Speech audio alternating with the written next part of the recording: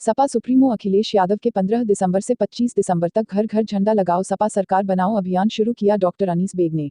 Sapa supremo Akhilesh Yadav के आह्वान पर घर घर झंडा लगाओ कार्यक्रम का आगाज आज जनपद बरेली में सबसे पहले 124 शहर विधानसभा एवं 125 कैंट विधानसभा क्षेत्र से सबसे प्रबल दावेदार सपा चिकित्सा प्रकोष्ठ के अध्यक्ष डॉक्टर अनीस बेग ने पूर्व मंत्री संतोष गंगवार के गण गुलाबनगर से आरंभ करते हुए घर घर समाजवादी पार्टी के झंडे लगाकर भाजपा को सीधी चुनौती पेश की है।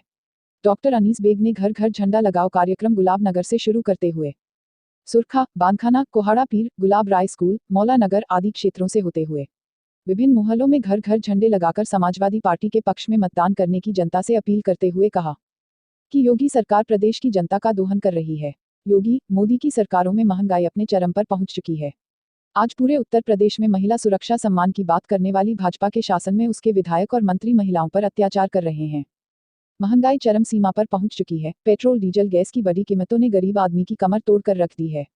डॉक्टर अनीस बेग ने कहा कि इस बार प्रदेश की जनता परिवर्तन चाहती है और हम सपा सुप्रीमो अखिलेश यादव का संदेश जन जन तक घर घर तक पहुंचाने का कार्य कर रहे हैं।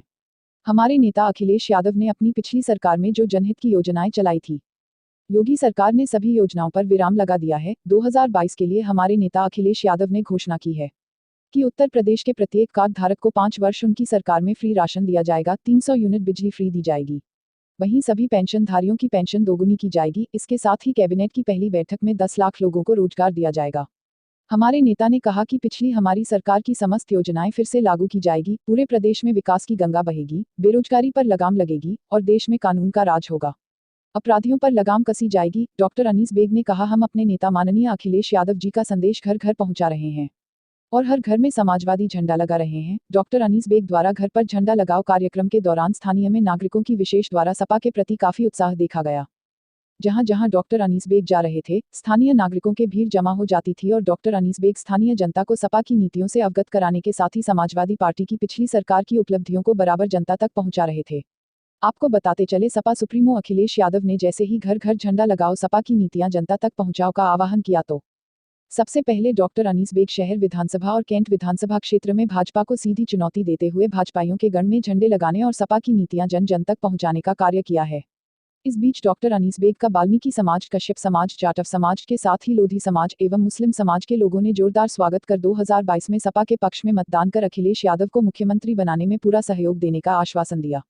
इस अवसर पर पत्रकारों से बात करते हुए चिकित्सा प्रकोष्ठ के जिला अध्यक्ष सपा नेता डॉक्टर अनीस बेग ने बताया। जी डॉक्टर साहब, आज आपने जो कार्यक्रम रखा है झंडा लगाने का, इसके पीछे क्या कारण है? ये राष्ट्रीय अध्यक्ष जी हमारे अखिलेश यादव जी की तरफ से प्रोग्राम है जिसमें झंडा लगाओ सपा जिताओ। तो ये 15 तारीख से 25 तक जो है प्रोग्राम रहेगा हमारा झंडा लगाने का, और हम शहर में और कैंट में दोनों जगह जो है और पार्टी के द्वारा और लोगों के द्वारा और मेरे द्वारा जो है झंडा लगाने का कार्यक्रम जारी है। और ये झंडा लाल रंग का और हरे रंग का झंडा एक समाजवाद की निशानी है और इस समाजवाद जब समाजवादी ऐसी है जो हमारे भारत देश को हमारे जोड़ के रखती है, चाहे इसमें मुसलमान भाई हो, चाहे हिंदू भाई हो, चाहे सिख भाई हो, चाहे ईसाई हो, सब हम लोग एक होकर रहते हैं, एकजुट होकर रहते हैं। ये समाजवादी की निशानी है और इसलिए हमारा झंडा का कलर भी लाल और हरा है। डॉक्टर साहब, जिस तरीके से कल एक वीडियो वायरल हुई थी अजय मिश्रा टेहनी की, जो भाजपा के मंत्री हैं, पत्रकारों के साथ कुछ बदसलूकी करते हुए नजर आए, क्या कहना चाहेंगे इस बारे में? पत्रकार हमारे चौथा स्तंभ है इस देश का, और पत्रकार को अगर ऐसे सुलूक किया जाएगा तो क्या होगा इस देश का? पत्रकार ही नहीं, वो तो एक दमनकारी और जिसे कहते हैं गुरूर से भरी हुई सरकार है। इस सरकार को तुरंत बदल देना चाहिए। जब हमारा चौथा स्तंभ ही यहाँ पर मीडिया ही यहाँ सुरक्षित नहीं है तो आम आदमी क्या सुरक्षित रहेगा? डॉक्टर साहब, कल गठबंधन को लेकर बिल्कुल साफ तस्वीर हो चुकी है और आपको कितना लगता है कि कितनी बड़ी ताकत पैदा होगी चाचा भतीजे के? बहुत बड़ी, कम से कम 70 सीटें ऐसी हैं जिसमें सीधे सीधे जीत रही समाजवादी पार्टी, दोनों पार्टी के साथ आने से। मतलब जहाँ एक तरफा माहौल है, एक तरफा माहौल हो गया है। अब 403 जैसे अखिलेश यादव जी ने कहा कि अब की बार 400 पार, तो अब की बार 400 पार ही होंगे। आज के इस कार्यक्रम के माध्यम से क्या संदेश देना चाहेंगे शहर और कैंट की जनता को? मैं शहर की और कैंट की जनता को ये संदेश देना चाहता हूँ कि आपने देखा इस सरकार को पिछले 5 साल में इन्होंने क्या किया है। सिर्फ महंगाई बढ़ाने के अलावा कुछ नहीं किया है। सिलेंडर आज हमारी माँ बहनों को कितनी परेशानी हो रही है, सिलेंडर 1000 के पार हो चुका है और हमारा पेट्रोल 100 के ऊपर लगभग हो चुका है। इसी तरीके से हमारा खाने का तेल जो हमारा माता बहनों को कितनी परेशानी हो रही है वो 200 के पार हो गया है। इतनी महंगाई कभी देखी नहीं गई है। ये सरकार सिर्फ झूठी सरकार है, निकम्मी सरकार है। इसने परेशानी का काम करने का काम किया हो। जब से सरकार आई है, पहले नोटबंदी लेके आए, आम आदमी परेशान हो गया, लाइन में लग गया, कोई गरीब बड़ा आदमी कोई परेशान नहीं हुआ। उसके बाद जीएसटी लिया है, हमारे व्यापारी भाई हैं यहाँ पर कितना परेशान हुए हैं, जीएसटी को लेके सब व्यापारी भाइयों को परेशान कर दिया।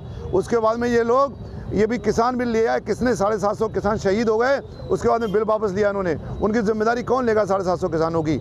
और अखिलेश यादव जी ने इतने काम किए यहाँ पर, इतने 100 नंबर लेके आए, कितना ज़्यादा फ़ायदा हुआ।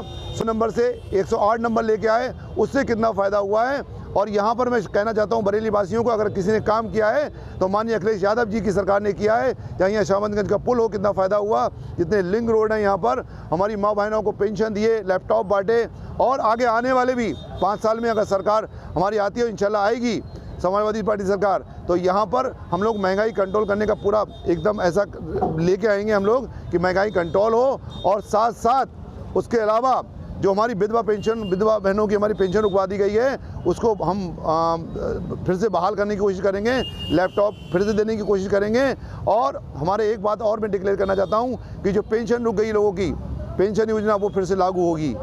और यहाँ पर मैं बरेली वासियों से एक रिक्वेस्ट करना चाहता हूँ, एक आग्रह करना चाहता हूँ कि इस गली सड़ी सरकार को, झूठी सरकार को एक बार बदल के देखिए। और एक बार खास तौर से बरेली में एक बार समाजवादी पार्टी सरकार के जिता के देखिए, यहाँ बरेली की तस्वीर बदल जाएगी। जिस तरीके से अभी व्यापारियों ने एक ऐलान किया है कि पुल बनाओगे तो वोट नहीं पाओगे कुतुब खाने के पुल को लेकर, तो अगर समाजवादी पार्टी की सरकार बनती है तो क्या कुतुब खाना फ्लाईओवर बनेगा? देखिए, हर एक चीज़ के एक क्राइटेरिया होता है और एक जो है, एक उसको मिलजुल के बैठ के पहले व्यापारियों से बात करना चाहिए।